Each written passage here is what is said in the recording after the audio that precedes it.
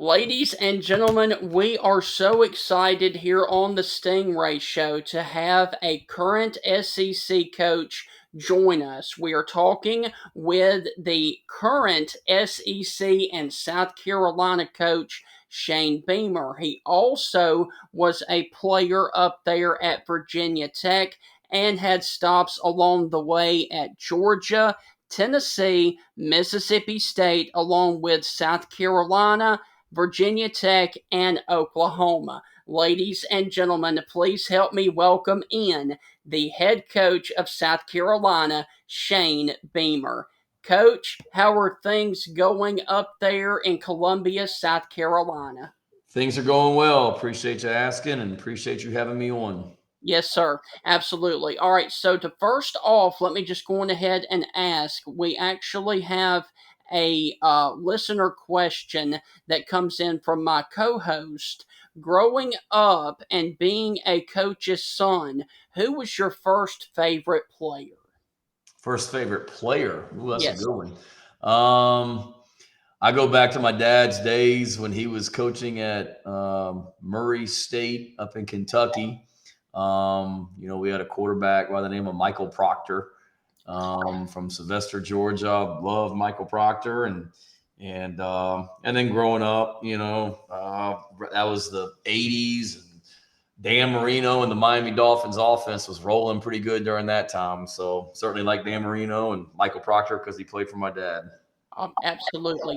All right, let's go to your current team there at South Carolina. How is Spencer Rattler progressing in the offense there as we get closer to the season?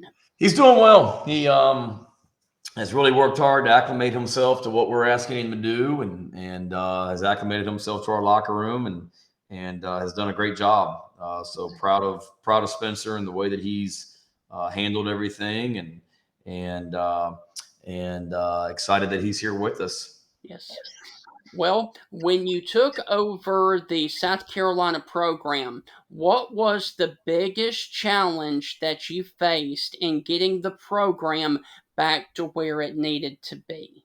Um, I think the biggest thing for our guys was just the confidence that you need to play with, and this was a group that when I came in here hadn't had a lot of success in the previous couple years, and needed some good things to happen to it, and we tried to instill that confidence, and we're still certainly building and growing, but it was a good start, and proud of our players and how they've adjusted. Going back to last season, in your opinion, what are some of the high points for you as your first year up there as the head coach? For me, it's just watching our players and how we improved as the year went on. We Yes. got better, as a football team as the year went on, and that's certainly something that I'm proud of. And the highlight for me is just seeing our players be happy and have success, and Yes. that's what it's all about, and really proud of them, and love coaching them. Well, obviously, I'm sure you've been asked this question a million times, but I'm going to ask you again. After the Duke's Mayo Bowl, you were dumped with Duke's Mayo. Can you tell us what that experience was like and how long it took to get all of that mayonnaise off of you? Yeah, the experience was great because it meant we won the game. Right. So love that part of it, but that was about it. Did not like the mayonnaise part of it, but it was uh, it was worth it. It beats the alternative, and that would have been watching Coach Brown at North Carolina get dumped with mayonnaise. Yes. Um, and it took a while. That was a lot of mayonnaise that got dumped on me, so it took a little bit, but all good, and certainly was for a good cause. Absolutely. Well, you are the first SEC coach that we've had the opportunity to interview, and I really want to thank you for that. But I've got to ask you this from your perspective right now, can you tell us how difficult it is to deal with not only the NIL situation, but also the transfer portal, please? It's different. It's certainly a new time in college athletics that we haven't had to deal with before, and it has its own set of challenges, and there's Mhm. also a lot of really really good that comes out of it as well. So the thing that we try and do is just worry about our program and making our program the very best that it can be, and continue to develop our players and coach them really hard, but care about them and treat them the right way, and want to and make this a program that they want to be a part of, and along the way, from a name, image, and likeness standpoint, continue to help our guys as much as we're allowed to do, Yes. in order to capitalize on their name, image, and likeness. All right. I mentioned it off the top of the interview. You were a coach over at Mississippi State with Sylvester Croom, and a good friend of mine played for Mississippi State during your time over there. He is a Tuscaloosa native, Titus Brown. Do you have any stories that you could share about Titus or Coach Croom as your experience over there in Starkville? I love both those guys. I think Titus, the thing that stood out with him, I remember when he came in as a freshman, was just his energy and his effort, and he was disruptive and just Yeah. played the game really really hard, and loved being around him during my time in Starkville, and Coach Croom was so good to me. Hired me. I was a graduate assistant at Tennessee, and he got the job at Mississippi State, and hired me as a full-time coach, which not many coaches would have been willing to do in that same situation. He took a chance on me, and I will always be grateful for that. Somebody that I learned so much from, somebody that I have so much respect for as a person and as a coach, and he's going into the College Football Hall of Fame this December. There's no one more deserving, and I'm so happy for him, and so like I said, grateful for the opportunity he gave me. Yes. Well, you played for your dad, legendary coach Frank Beamer, and you also coached under him as well.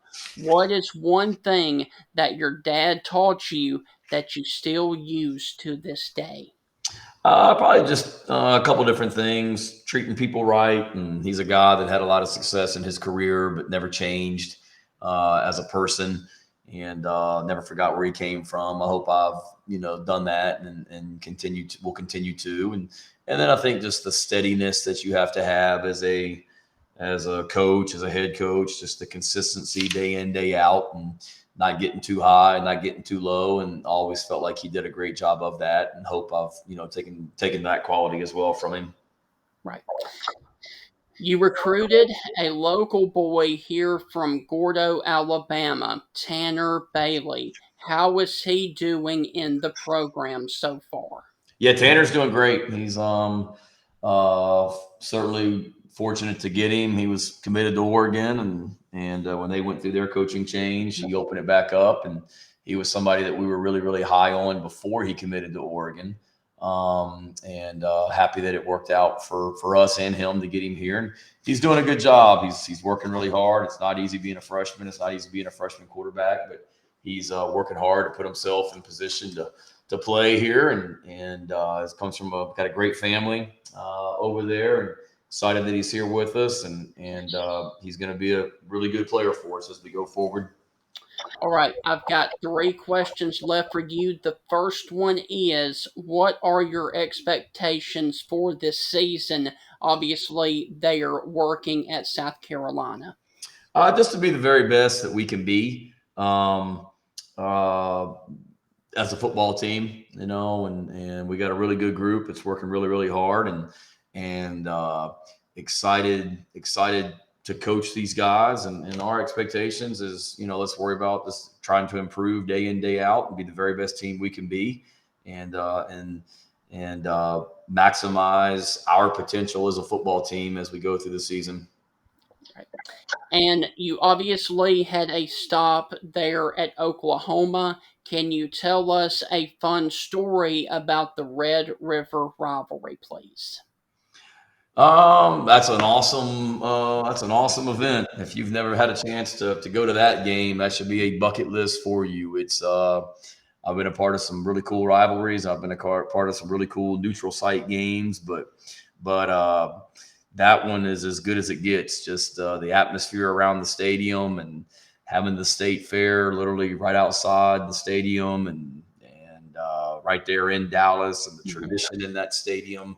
It's pretty awesome. I had three great experiences down there in the old Cotton Bowl, and that's one that I loved and feel so fortunate to have been a part of.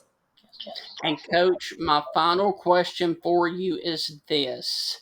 We obviously are a show that focuses on stories, and two guys usually come up during this show. One of them is the current Mississippi State coach, Mike Leach. The other guy you coached under there at South Carolina. Do you have any fun Steve Spurrier stories that you could share with us, please? Yeah, there's probably too many Coach Spurrier stories to fit into this interview. You know, Right. somebody that thankful for the opportunity he gave me here in Columbia, and appreciate that. Will always be grateful, and somebody that showed me just a different way of doing things, a different style of doing things, but you can still be really successful. And we recruited some great players here, and I learned a lot of football from Coach Spurrier, and thankful for my time here, and definitely was an entertaining few years as well. Yes. Well, Coach, look, man, we really do want to thank you for taking time out of your busy schedule to join us. And is there any final thing that you would like to give a shout out to? No, not really. Appreciate you having me on, and Yes. excited for the season. Excited to be a part of SEC football, and appreciate you guys reaching out. Yes, sir. Thank you so much. And hopefully we can do it during the season. You betcha. Have a great week. Take care. Thank you. Bye bye. All right. Well, that was the interview there with head coach Shane Beamer up there at South Carolina, and we really do want to thank him for taking time out of his schedule to join us, and we hope nothing but the best for the Gamecocks this season up there in Columbia, South Carolina. All right, when we come back here on the Stingray Show, we are going to have another SEC perspective from the one and only Mr. College Football. Tony Barnhart will join us on the other side of the break. You're listening to the Stingray Show right here on Tide 100.9.